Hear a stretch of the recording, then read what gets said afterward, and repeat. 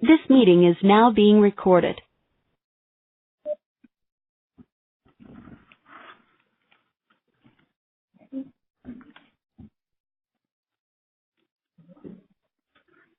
Good morning, everybody. Welcome to the Early Intervention Colorado Technical Assistance Call. This is Christy Scott, and we're going to start out this meeting with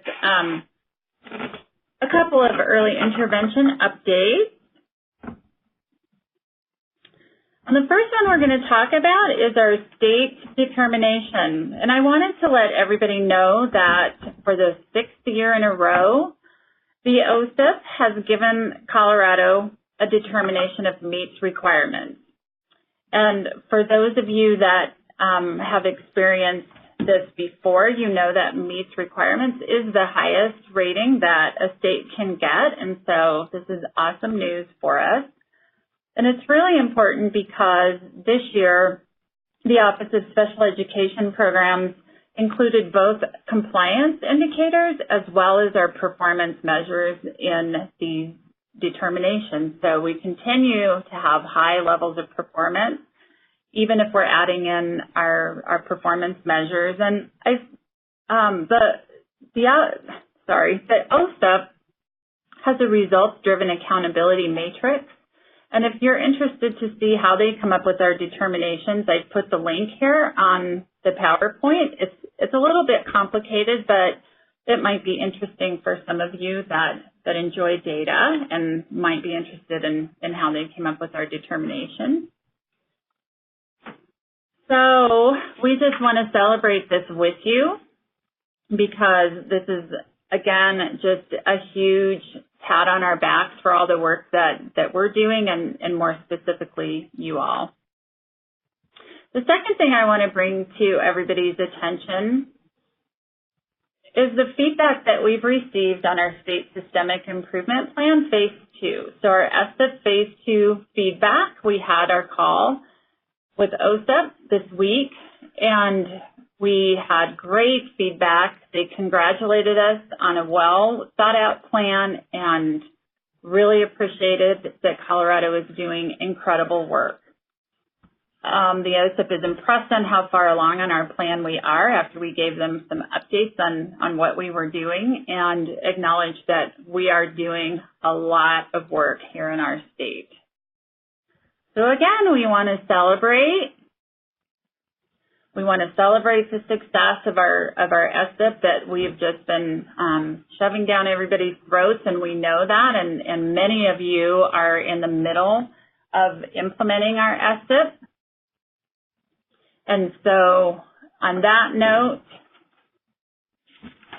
we also want to give you an internet high five because that's awesome work, and we also have to acknowledge that this work wouldn't be possible without you guys. So we here at the state can come up with our state systemic improvement plan, but it's you all there at the local level that have to implement it. And we just want to give you a huge round of applause from us and a big thank you to say we couldn't be doing this work without all of you. And we very often tell our executive management that it is the staff and all of the dedicated people out there in the communities, the community center boards, and your providers that are really making us successful and recognized nationwide as a really forward-thinking and just an active state that's doing a lot of good work. So, woo-hoo! Thank you.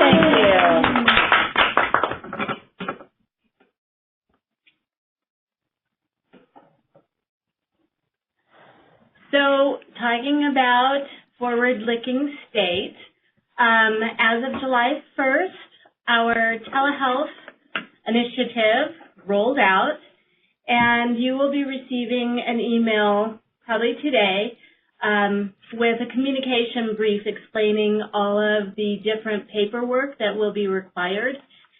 Essentially, it is a consent form that you will have to get from families in order that they understand what telehealth really looks like and what it means. And then there's also a provider checklist. And you will need to use that when you have a provider who is interested in utilizing telehealth to make sure that they are appropriately set up and knowledgeable to be able to do the telehealth work as it should be done. So you will be getting that consent form, the provider checklist, and right now, only providers who have been trained may use telehealth as a method, and we have started working on that training. We've started working on the training, on putting together the training, but there are some providers who have done additional training nationally. Juanita, can you forward that? I did. Thank you. Okay, now it's showing up. So there are some providers who have done additional training and are appropriate to move forward with utilizing telehealth as a method. And so those providers can request a waiver because our state training isn't up and ready to go yet. We're hoping that that training will be ready in mid-November of this year. And we're very excited about the training. We think it's going to be really good. Also included in the information that will be sent out with the communication brief is a brochure that talks about telehealth, but it uses the terminology live video visit. And our pilot project in Pueblo, they piloted this brochure, and using the terminology live video visits was much more palatable to both the families and the service coordinators and providers, and it encouraged more families to agree to utilize telehealth as a method. It will also be posted on our website in both color and black and white, because the color version has a lot of red, and we don't want to wear out all of your toner cartridges. So you can print it out in black and white and give it to families and providers to help them understand better what telehealth or live video visits are.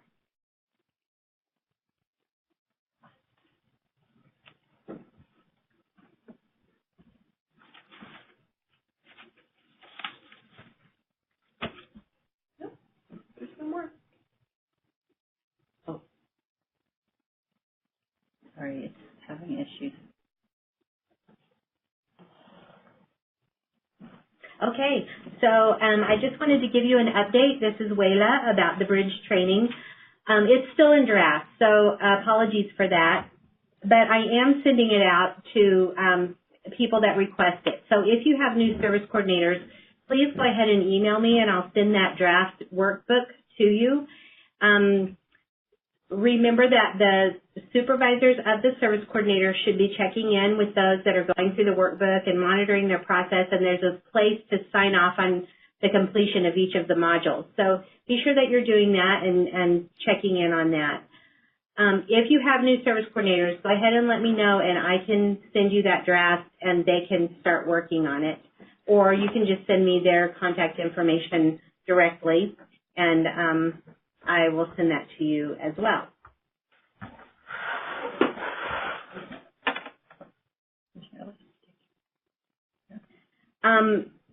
The reason that it's not finalized is because basically what is missing from the bridge training is basically the IFSP training portion of our previous in-person trainings.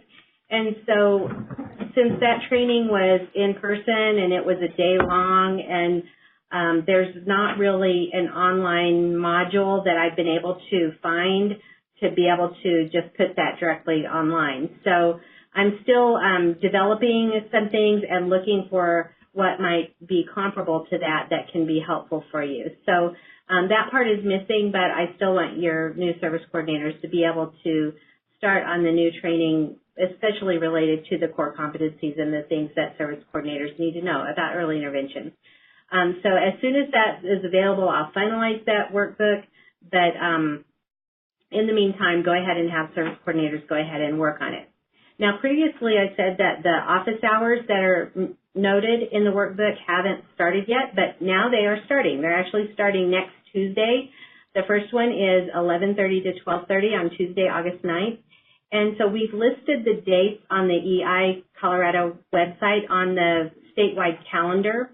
And so if service coordinators are interested in attending that, please register on the Training and Events tab.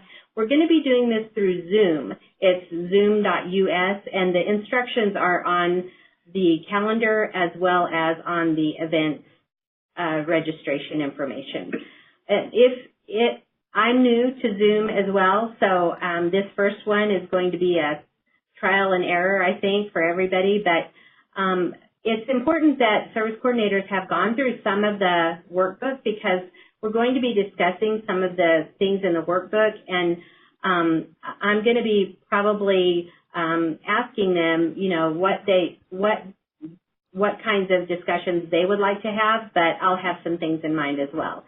There's already somebody registered, so woohoo, excited about that, and hopefully it'll all work and come together. But again, you know, it's going to be a new process for all of us. So one thing I do want to say about the calendar on eicolorado.org, currently it is giving us a error whenever we try to go to the next month, so that makes it hard to see anything in September or later months. And so we have a help ticket in, but what you can do is just go in and say go to August 9th, and then it'll go to that month, or go to October 10th, and it'll go to October. So you can tell it to go to a specific date, and it'll go to that month. You just can't get there by doing the arrow. So apologies for that. We don't know why that's happening. So then related to training, as you know, we're trying to put our ongoing training into the online format. And thank you so much to all of you that met with People Productions and that participated in those focus groups. We had a meeting with them, and they gave us all the results of your comments and everything, and very, very helpful for us when considering what we're going to be actually including for our ongoing training. And so this is you know, in the beginning stages of production, but we're really excited that that's going to be coming up soon. We're hoping by the beginning of 2017, but we don't know the exact date yet, but we will stay tuned. We'll keep you informed, and hopefully all of that will go smoothly. Very excited about that coming up. And so now I'm going to talk about early childhood mental health. That's what ECMH is. This is actually, Laura is participating in this. So this, the 1.5-day training is being held today and tomorrow, actually. There are 60 participants. There was an overwhelming number of participants and requests, so we are excited about that, and thank you for that. And then 42 of those participants have already committed to going on to get that infant mental health endorsement. And because there were so many that responded to this, we're going to be having 2 cohorts. And so the first cohort is going to start in August this month, and the next cohort is going to start in early 2017.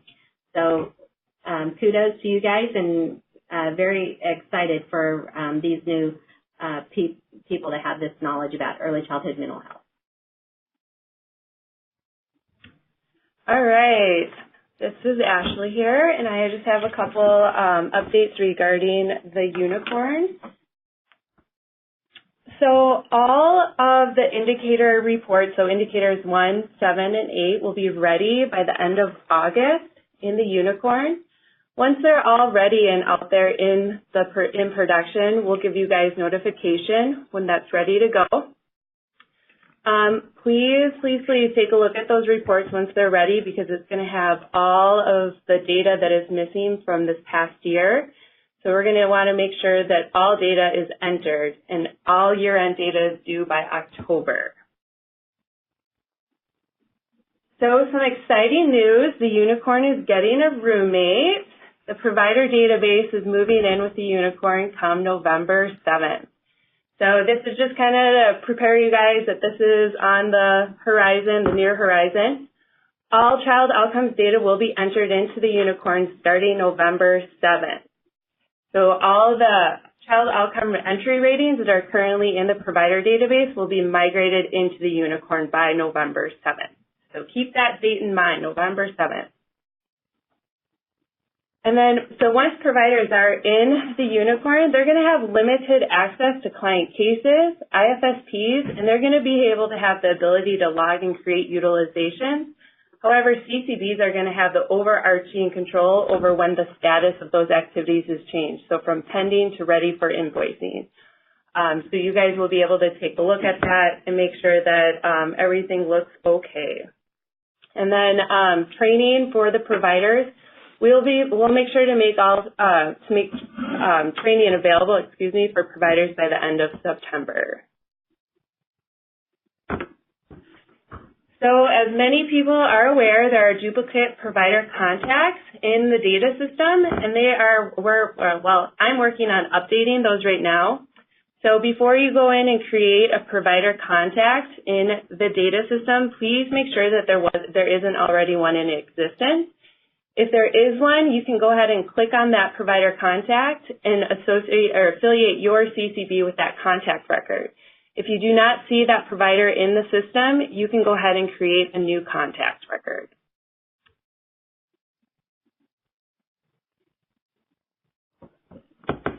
And up next, this is Tracy. Upcoming dates and reminders. As Wayla mentioned, the first of the bridge training office hours is August 9th, and the second will be August 23rd. The hours for that is 11:15 to 12:45. Will be done via Zoom. The next thing, August 24th, we will have a Go For It Community of Practice call just with Cohort 1, so that's the first 5 implementers.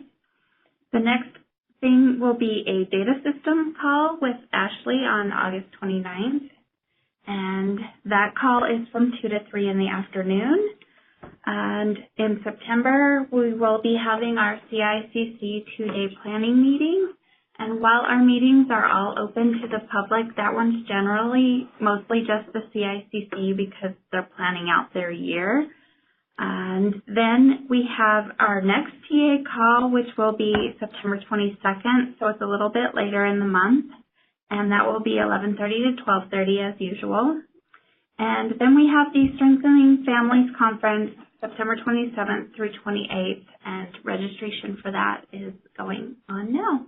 And it will be in Winter Park. And that's it. Okay, and then Jody has a question here that if we have providers in the Unicorn listed multiple times, should we be deleting them? If you know that provider is working only with your CCB and they have multiple contacts, yes, you can go in and delete those. Otherwise, I'm going through and looking to make sure that the provider is working with only one CCB and deleting those. If they're working with multiple CCBs, then I'm going to combine those client cases with that provider. Okay, so now we're going to unmute you and open it up for any questions you have today. All guests have been unmuted.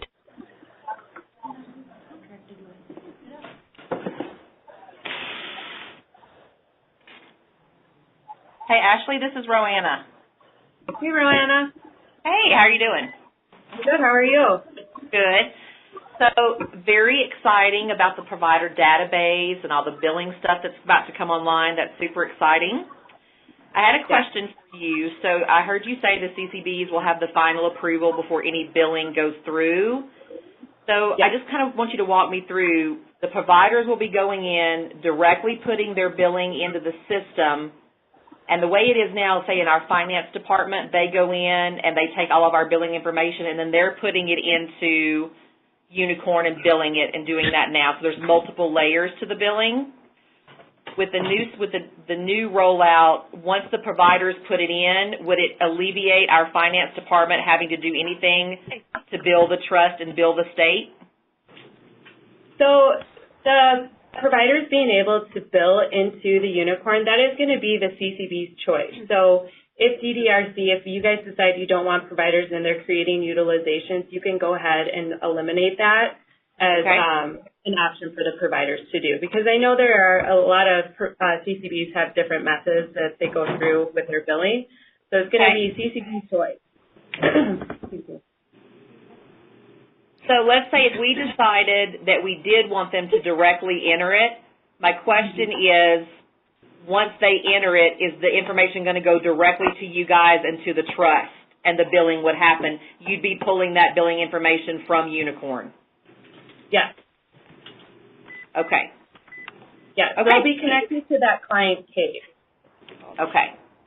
But it's the accounting office or your finance department that would actually have to double check and make sure everything is okay and put it into the ready for invoicing status. The providers can't put it into ready for invoicing. Right. So that would be kind of like the checks and balances we do now, that the frequency was what it was supposed to be, those kinds of things. Right. Yeah. And the billing source. So there's the checks and balances. Okay, thanks. So would the providers, this is Jennifer Cutts, you guys, would the providers have to know which insurance that the kiddo has in order to put the state and the trust in the Unicorn and then the Medicaid wherever, to whatever data system they're already using? No, because all that information is filled out on the client case level. So that's either the service coordinator or whoever else is entering that information on the client case. Okay, so basically right now we do it like Rowana was just saying. We use TheraP. So all the therapists, the providers all put their notes into TheraP. I take the information from that and put it into Unicorn. So if they start putting it into Unicorn and we bill Medicaid through TheraP, I would basically just have to do the opposite, get the information out of Unicorn and put the Medicaid information into TheraP. Is that correct? Because we still can't bill Medicaid through Unicorn, right? Yeah, right. You can't bill Medicaid through the Unicorn. A representative will assist you. Uh-oh. What representative's going to assist me? That would be awesome. Meet our new team member. This is Christy, and I think probably in one of our next phases of the data system, I think there's conversation going on around how we can start moving forward with those export types of activities to be able to give you guys the option to have information in Unicorn and then be able to export it and upload it into TheraP or whatever other program you have. I don't know how far these conversations have gotten, but Amanda will be handling that moving forward. But just so you guys know that it's still on our radar, that that's something that we need to address, and so stay tuned as we continue going into phase 3 and phase 4 and phase 17. So Sierra has a question. If our providers go in and bill through the Unicorn, how does the CCB get the information to pay for them? So again, it's kind of your CCB choice on how you want to move forward with having providers go in and bill. So if you still want providers to, how they're doing it right now, they're sending you the invoice, they can still send you that invoice and they can create the utilization, or you can have them not create that utilization. And I think you could also pull a report of invoices by provider. If they put it in, then you can also pull that out in order to go ahead and pay them.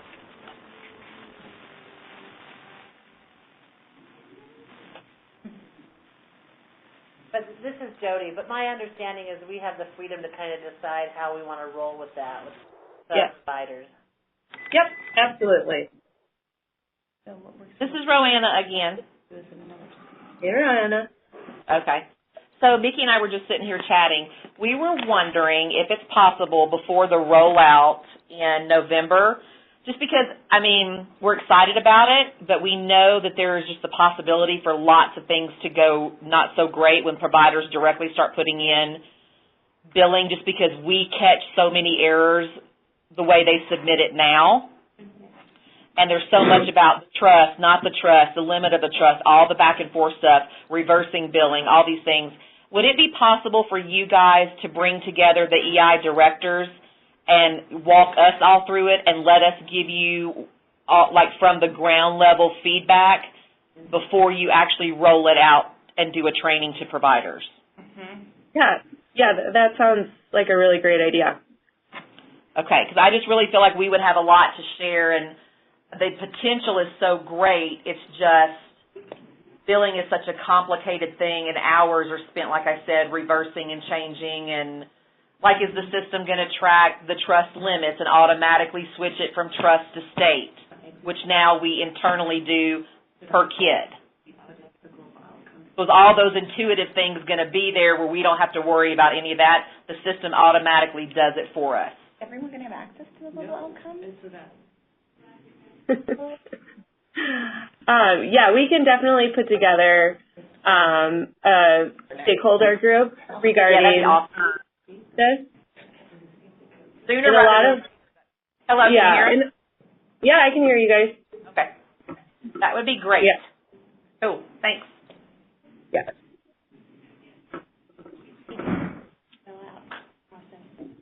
Other questions?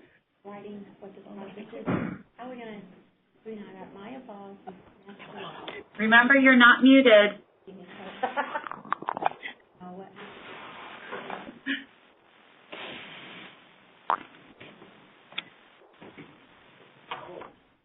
We have plenty of time left on the call, so if you need to formulate your question, that's fine, and reflect on it a minute.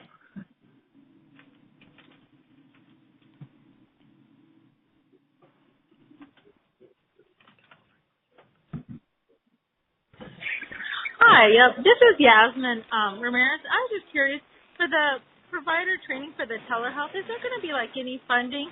Because, I mean, we would send someone that's pretty rural provider. Is there any funding that we can help to send them to go do that? I mean, how long is it? Is it a day-long training? I mean, what would it entail if there was any help with that for the rural boards or the ones that are... Hi, Yasmin. This is Beth. The telehealth the training for telehealth is all going to be online. It's going to be 4 modules that providers can access, and it will have built-in checks so that we can make sure that they have actually learned the information from all of the 4 modules before they're approved to start billing for telehealth. One other thing that you can let your providers know, and I will be letting the providers know, that is part of the communication brief. But once a provider is approved to begin utilizing telehealth as a method, telehealth has to be on the IFST as the method, and providers can bill an extra $10 for a telehealth session. Oh, okay. Well, that's a good incentive to then. Okay. We're trying to incentivize this as much as possible. It's still only, right, Beth? What's that? Is it still only speech therapy? No.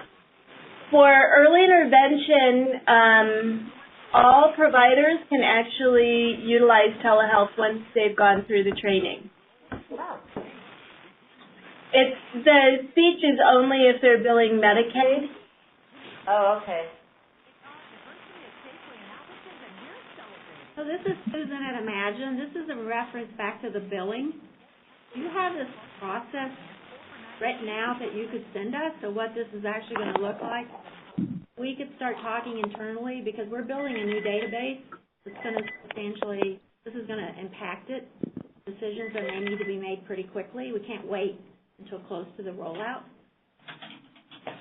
So the actual process for billing is not going to change. It's just like an additional person in the system is going to be able to be doing the billing. So how are you collect progress notes to match the billing?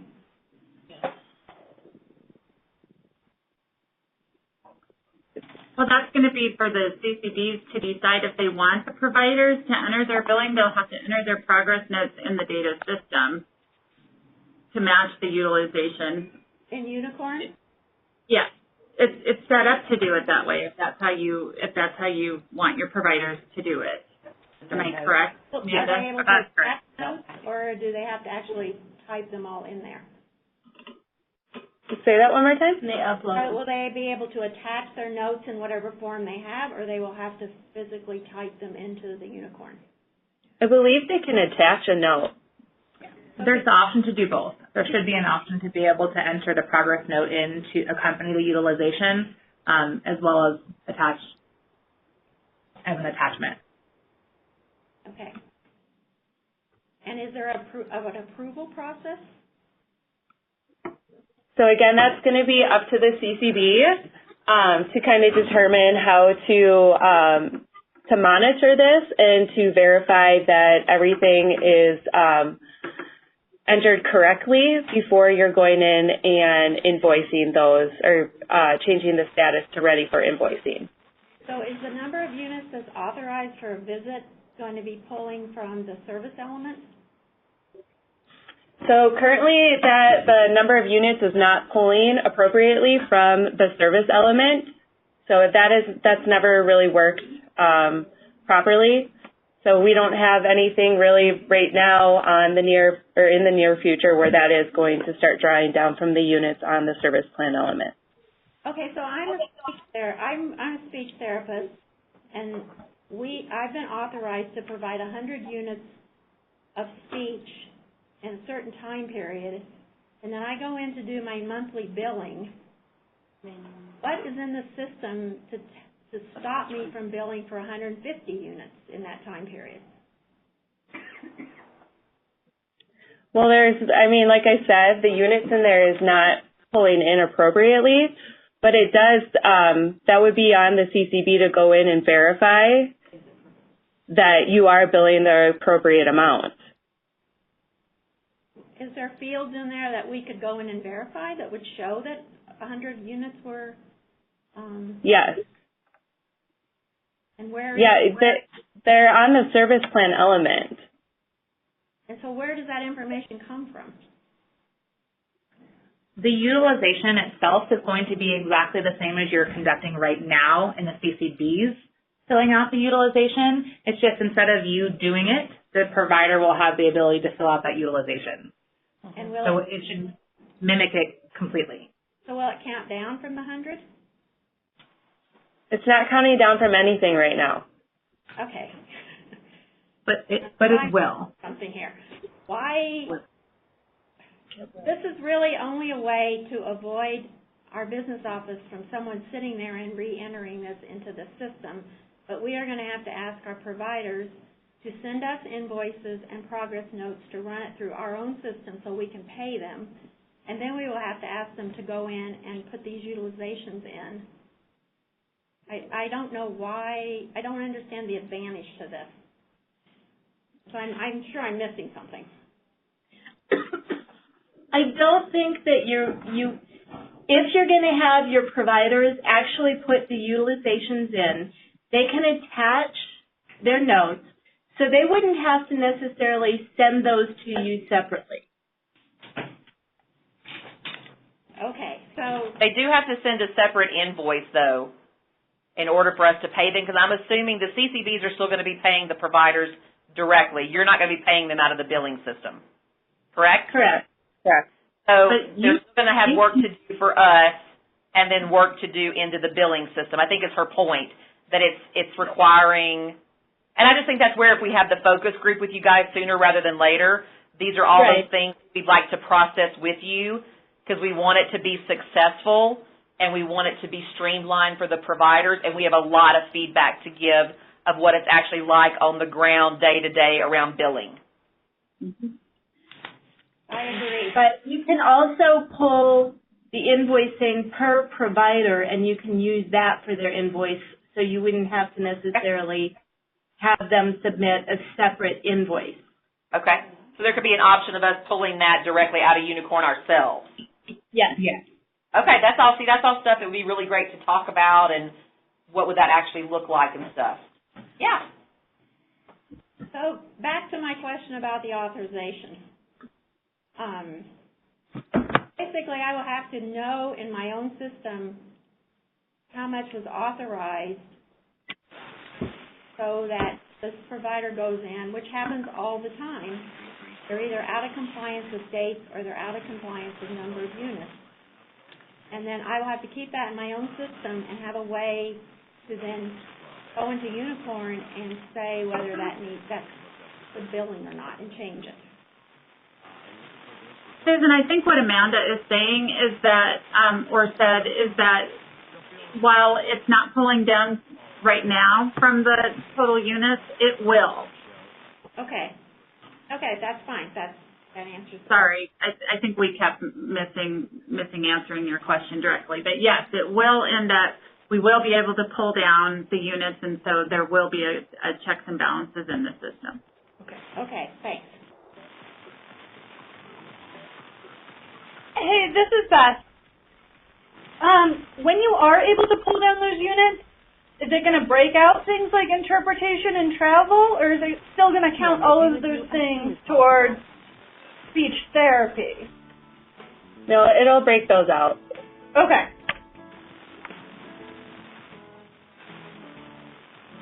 So there was a question here from Sierra.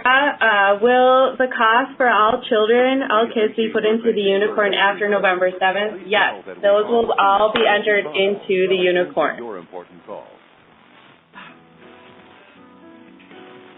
Bear with us a minute. Please don't put us on hold.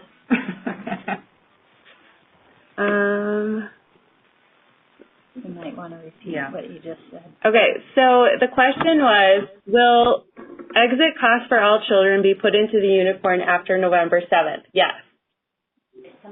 All ratings will be put into the Unicorn.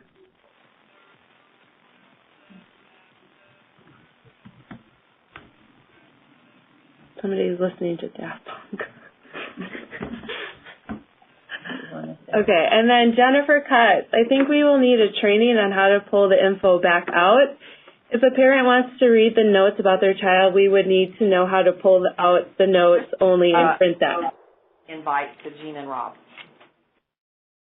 All guests have been muted. So there is a specific section on the client case where you can add those notes that you can pull those specifically out. So because we're having so much interference and, phone lines being put on hold, if you have another question, we'll stay on and you can put it in the chat and we can respond.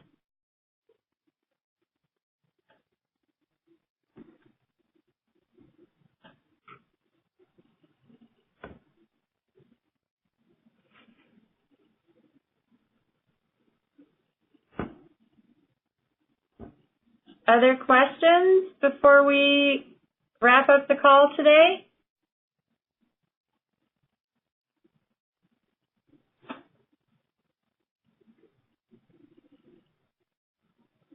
Again, we want to thank you for supporting us in meeting requirements and all the hard work that you're doing towards this. Okay, we do have another question. Will there be a training on the provider database being in the Unicorn? Yes, we will be sure to have a training and make it available for all providers and all users.